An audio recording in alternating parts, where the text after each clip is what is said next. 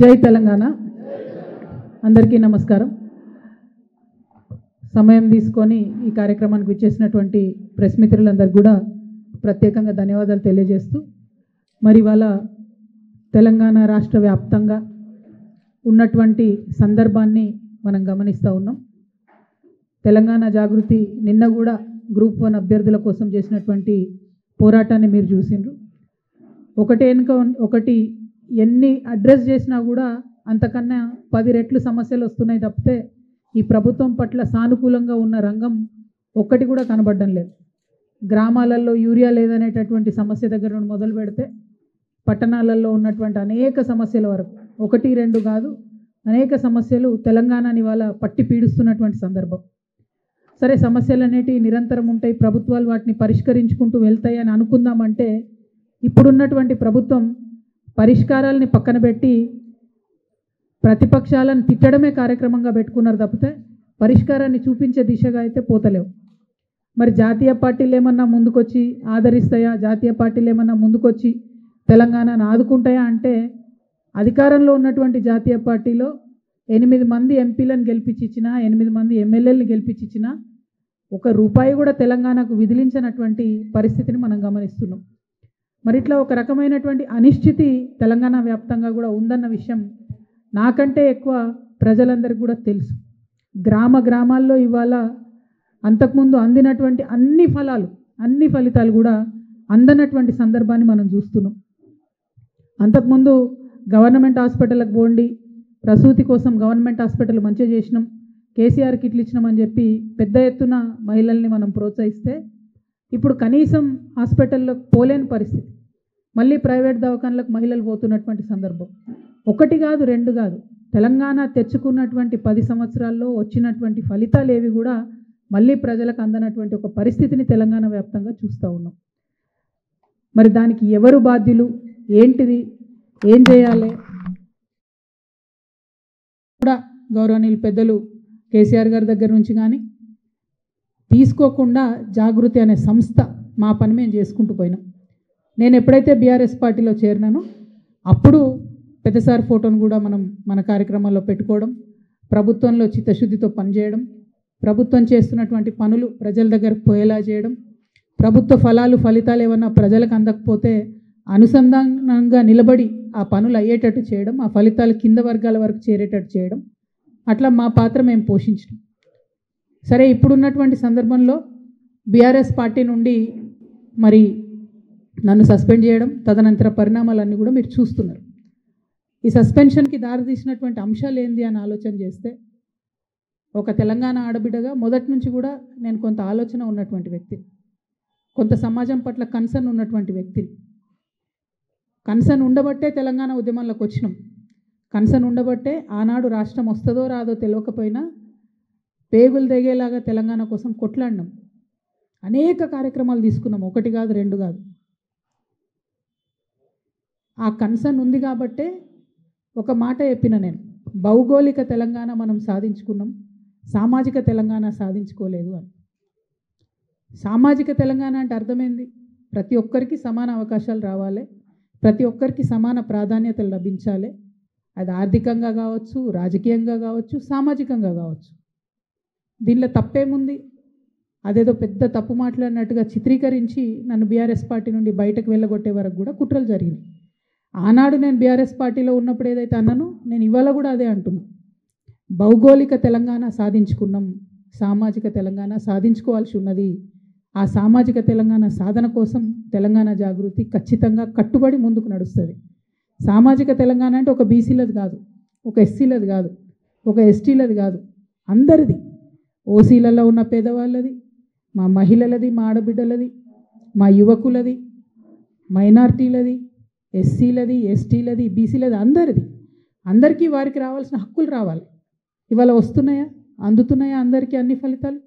చూస్తున్నామా ఎక్కడన్నా?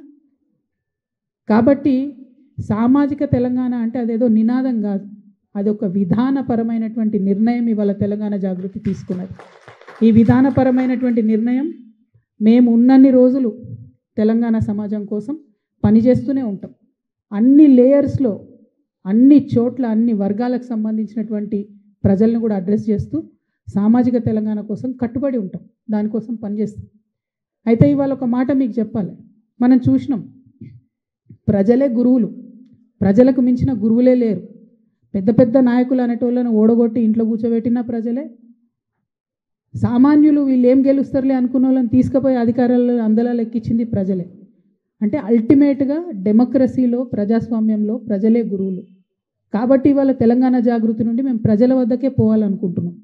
ఇక్కడ హైదరాబాద్లో కూర్చొని అక్కడెక్కడనో అచ్చంపేటలో ఉన్న వాళ్ళ కష్టాలు మాట్లాడడం, ఇక్కడ హైదరాబాద్లో కూర్చొని అక్కడెక్కడనో ఆదిలాబాద్లో ఉన్న వాళ్ళ కష్టాలు మాట్లాడడం, ఇక్కడ హైదరాబాద్లో కూర్చొని అక్కడెక్కడనో భద్రాచలంలో ముంపు గ్రామాల గురించి మాట్లాడడం, ఇది సరిపోదు, ఇది కావాలి. ఎందుకంటే రాష్ట్ర రాజధానిలో సమస్యల పట్ల ప్రభుత్వాల యొక్క దృష్టిని ఆకర్షించాలి కాబట్టి ఇది కావాలి. కానీ దీనికి మించి క్షేత్రస్థాయిలో వెళ్ళి ఆ ప్రజల్ని కలిసి వాళ్ళతో మమేకమై వారికి ఏం కావాలి అని తెలుసుకొని దాని మీద పోరాటం చేయాల్సిన అవసరం కూడా ఉన్నది. ఎట్ ద సేమ్ టైం మీ అందరికీ తెలుసు, మన తెలంగాణ సమాజం ఆలోచన పరుల సమాజం.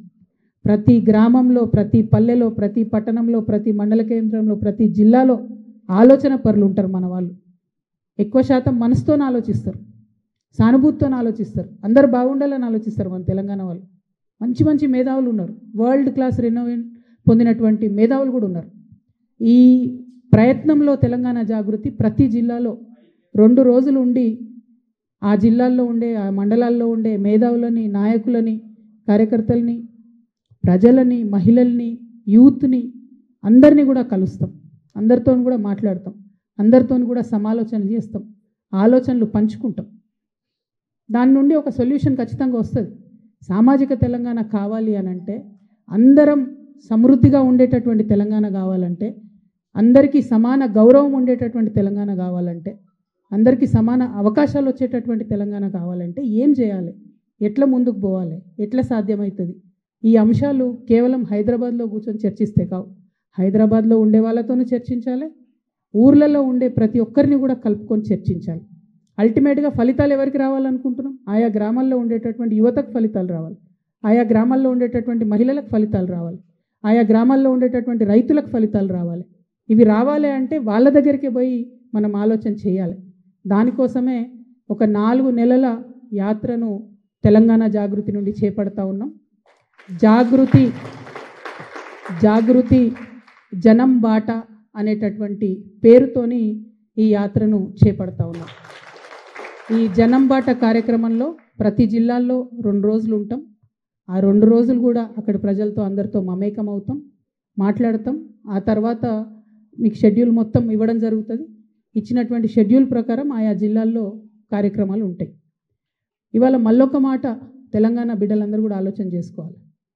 నిజంగా చనిపోయినటువంటి అమరులు, త్యాగాలు చేసినటువంటి ఉద్యమకారులు ఎందుకోసం చేసిండ్రు?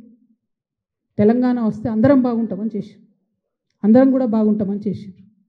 వారి త్యాగాలకు అర్థం ఉండాలంటే ఖచ్చితంగా సామాజిక తెలంగాణ రావాల్సిందే. ఆ సామాజిక తెలంగాణ సాధనలో భాగంగానే ఈ యాత్ర. అదేవిధంగా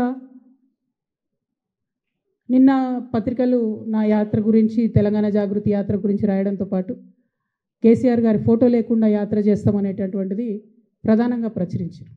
ఎస్, కేసీఆర్ గారి ఫోటో లేకుండానే యాత్ర చేస్తాం. వారిని అగౌరవపరచడం లేదు. వారు ఉద్యమ నాయకుడు, వారు లేనిది తెలంగాణ రాదు, రాలేదు, ఇంపాసిబుల్.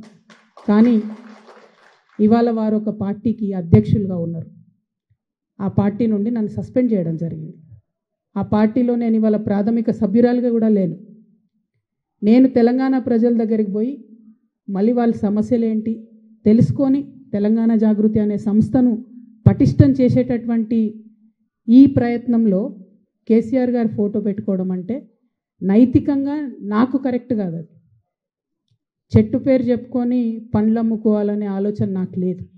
ఆ చెట్టు నీడన ఉన్నన్ని రోజులు ఆ చెట్టును సంరక్షించాలని, ఆ చెట్టును దుర్మార్గుల బారి నుంచి కాపాడాలని నేను చెయ్యని ప్రయత్నం లేదు. ఇవాళ ఆ చెట్టు నీడ నాది కాదు అని చెప్పినప్పుడు ఇంకా ఆ చెట్టు పేరే చెప్పుకొని బతకాలనే ఉద్దేశం నాకు లేదు. నేను నా తువ్వ వెతుక్కుంటున్నా. తెలంగాణ బిడ్డల కోసం, తెలంగాణ ప్రజలతో, తెలంగాణ మేధావులతో సమాలోచన చేయడానికి, వారితో మమేకం అవ్వడానికి నేను ఒక తువ్వను ఎత్తుకుంటున్నా. వారి ఫోటో పెట్టుకొని పోతే నైతికంగా నా విలువ ఉండదు, నైతికంగా అది నాకు కరెక్ట్ కాదు, నైతికంగా కరెక్ట్ కాని పని నేను చేయను. తెలంగాణ జాగృతి సంస్థ పెట్టినప్పటి నుంచి నేను బీఆర్ఎస్ పార్టీలో చేరే వరకు ఎన్నడూ కూడా కేసీఆర్ గారి ఫోటో పెట్టలేదు. ఆ రోజు ఆయన ఉద్యమ నాయకుడైనా అనేక కార్యక్రమాల్లో మేము పాల్గొన్నా, అప్పుడైనా ఇప్పుడైనా జయశంకర్ సార్ ఫోటోనే పెట్టినాం. నేను బీఆర్ఎస్ పార్టీలో ఎంపీగా గెలిచిన తర్వాత ఖచ్చితంగా సార్ ఫోటో పెట్టినాం, నేను కాదనట్లేదు. సో ఇదేదో సార్ కోసం అగౌరవం అన్నది కాదు, ఇది నా మారల్ కంపాస్ కరెక్ట్ కాదని చెప్తున్నది, నైతికంగా ఇది కరెక్ట్ కాదని చెప్తున్నది. కాబట్టి దీన్ని తప్పులు రాయకుండా నేను నా తరఫునే క్లారిటీ ఇస్తూ, మీడియా మిత్రులు నిన్నటి నుంచి అత్యుత్సాహంతో చెప్తున్నారు కాబట్టి నా తరఫున నేను ఇచ్చేటటువంటి క్లారిటీ. వారు నా తండ్రి గారు, వారి కడుపున పుట్టడం అనేది జన్మజన్మాలకు నేను చేసుకున్నటువంటి అదృష్టం. కానీ దారులు వేరైతున్నప్పుడు ఇంకా కూడా నేను వారి పేరు చెప్పుకొని ఉండడం అన్నది నైతికంగా కరెక్ట్ కాదు. అందుకోసమే వారి ఫోటో లేకుండా ముందుకెళ్తున్నామనే విషయాన్ని ఈ సందర్భంగా తెలియజేస్తూ ఉన్నాను.